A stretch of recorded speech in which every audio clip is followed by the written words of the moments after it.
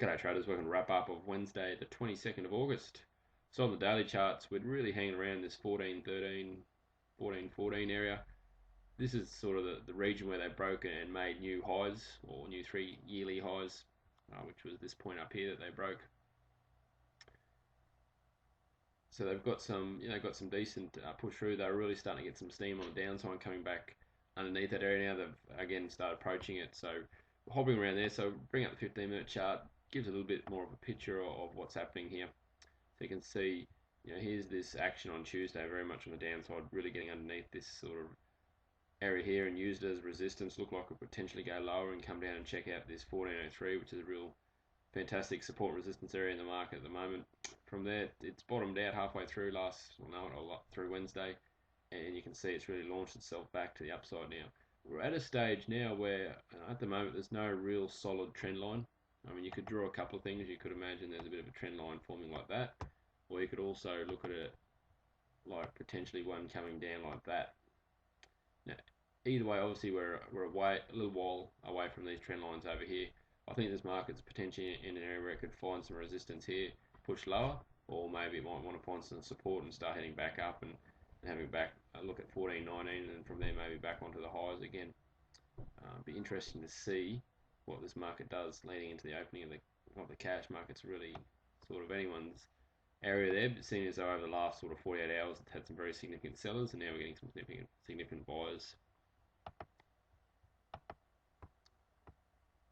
As far as today's action, let me just expand this 5-minute chart a little bit here. So again, if we kind of draw a line through pre-market as a guide, you can see it contained itself within that range for quite a while. Even up until lunchtime there, a couple of times it had a little bit of a go. Like this region here, it looked like it was set to go down. All the marks were breaking down. It's quickly popped back up into the range. If all of a sudden at this point here it comes back down, has a go at this low point again with all the other markets going with it, then it potentially can launch itself down. Obviously didn't want to do that. Came up and had a look at the top of this range here, this peak pre-market range. Mucked around there for a little bit. Nothing really significant. It sort of came back in the range a couple of times. All the other markets, I was just watching them. None of them were getting a significant push through or showing real signs that the market was ready to go up. So I guess that there's kind of two fake moves and really stuck within this range. And what was happening, it's really great to keep an eye on other markets. And there was a real clash between the Dow Jones and the Nasdaq. Now the Nasdaq was always trying to push up. It was really hanging around its highs and just not having any sort of retracements. But the Dow Jones was the opposite. It was hanging down near its lows, and anytime the market's pushed up, it was really resisting that. So because those two were really clashing, this is, I guess, what's kept this market within this fairly tight range right up until lunchtime. If you look at that, it's never really got outside of that pre-market area there. And then maybe towards this lunchtime period, we started to make lows. They made a new low down here, came back, found some resistance of 1408. Now 1408 is a fairly key level in the market that I've been keeping an eye on, and almost to the tick there, that's where they've managed to push lower. Watching the 15-minute charts, remember, on the 15-minute charts the day before we had a really significant push down. I thought this is the area where they might want to have a launch at maybe 1403 and go maybe even lower from that. Obviously this is where it's turned around. This is where the buyers are really kicked again. But up until here there was certainly some downward pressure, but everything changed. You can see these big candles here. That was FOMC minutes. So obviously they liked what they heard as far as that announcement there. They've pushed off this 1408 level, got a bounce off it, and then gone back higher again to where there was a bit of a sideways finish. You can see in the pre-market now we're still having a bit of a push up. As far as this 1-minute chart,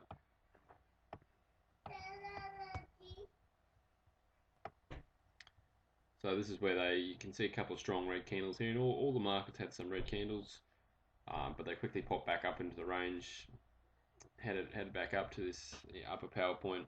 From there, it really dealt sideways for a good hour, over an hour there, dealing sideways, and a little bit of a clash between, and we'll talk about in the trade room about this area, like one particular market, Nasdaq was trying to push higher, Dow Jones was trying to push down. And you can imagine there's kind of this toing and froing going on between the markets that I think the ES was a little bit confused as to which way it really wanted to go. Eventually it got a little bit of pressure on the downside, and it's come down here and made a new low, then found some resistance to try and push lower, but then this is the area here where I thought you can see right on 1404.50. It's hovering. A few of the markets are trying to break, and this is where it had its opportunity to go and start heading down and get below that 1403 level.